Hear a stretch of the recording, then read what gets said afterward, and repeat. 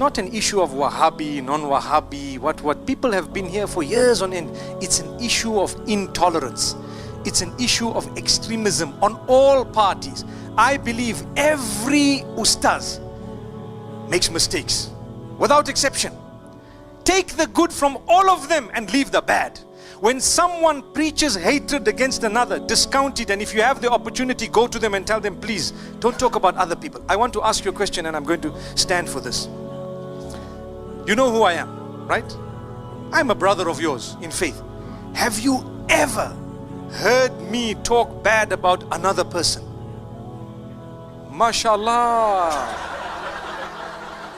MashaAllah. The innocent have borne witness. Do you agree? Why? I have so much of goodness to share with the world that I don't have time to worry about others. Come on, come on. Those who talk about others don't have something to present themselves. I'm busy doing my work. So many people send me messages, oh, someone called you a Wahhabi, someone called you a Sufi, someone said you're a Salafi, someone said you're a Deobandi, someone said you're a Baralvi. Some of these names I don't even know what they mean, to be honest with you. I was waiting for the day they said someone called you a chocolate man, because that's true, you know.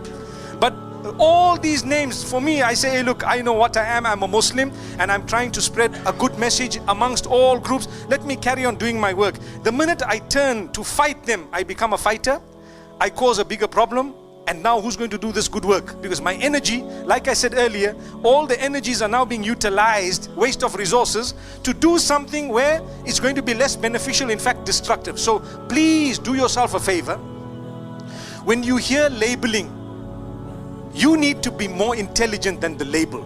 You need to rise above it and tell yourself, whatever good is coming from this person, I will take it. Whatever bad is coming, I will discount it. The reason is, even if you belong to one group, it does not mean the ustazas of your group, everything they say is right. They will also say wrong things. You will have to pick it up.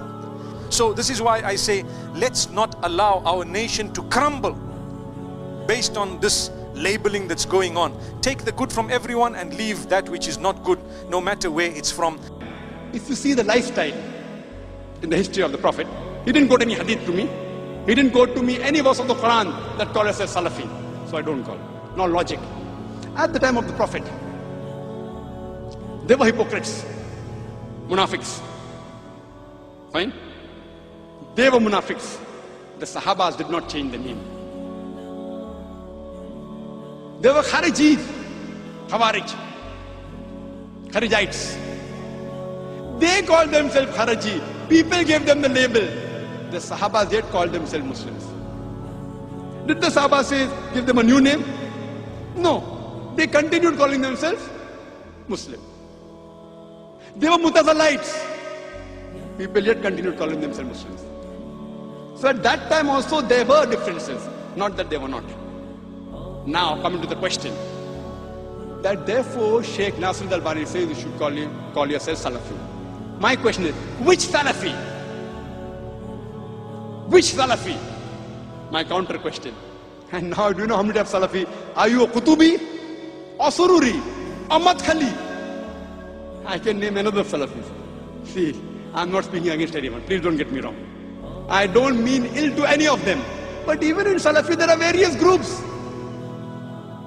And if you go to UK, MashaAllah, Subhanallah, Allahu Akbar, there are so many groups in UK, each group fighting against the other, calling the other Salafi a kafir.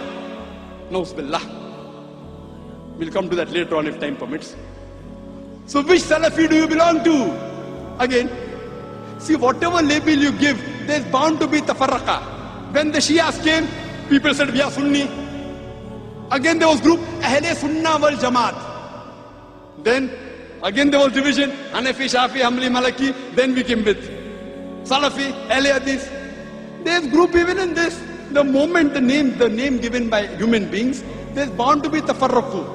Even in Allah's name, Muslim, there are bound to be division. Allah told that. But don't think the name you give will not have divisions. Don't you think Allah did not know? Allah knew there are going to be divisions in the Muslim Ummah. He told in the Quran. The Prophet predicted. Yet the Prophet didn't say call yourself Ahle Hadith, call yourself Salafi.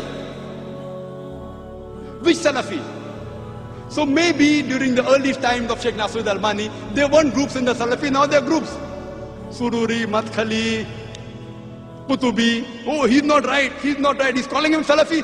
So now we have new books, true Salafi. I read a book called Salafi Dawa, true Salafi. What is this true Salafi? I say, we had a Dawa training program in Bombay, where we invited people from different parts of the world. There were 14 people, there were 19 people from 14 different countries. And many of them were from Medina University, mashallah, from Bahrain University, all more than 50% were Salafi, mashallah. So we had a discussion there. So then I asked the question, Salafi short name. Instead of saying, I believe in Quran and Hadith according to the way of Salaf Salihin, shortcut Salafi. So I asked him, the Salaf Salihin is better or Muhammad Sallallahu Alaihi Wasallam is superior? Who's better? So they told me, Muhammad Sallallahu Alaihi Wasallam. So why not call yourself Muhammadi? Right or wrong? In India, who calls themselves Muhammadi? You know? Do you know? Do we agree with them? No.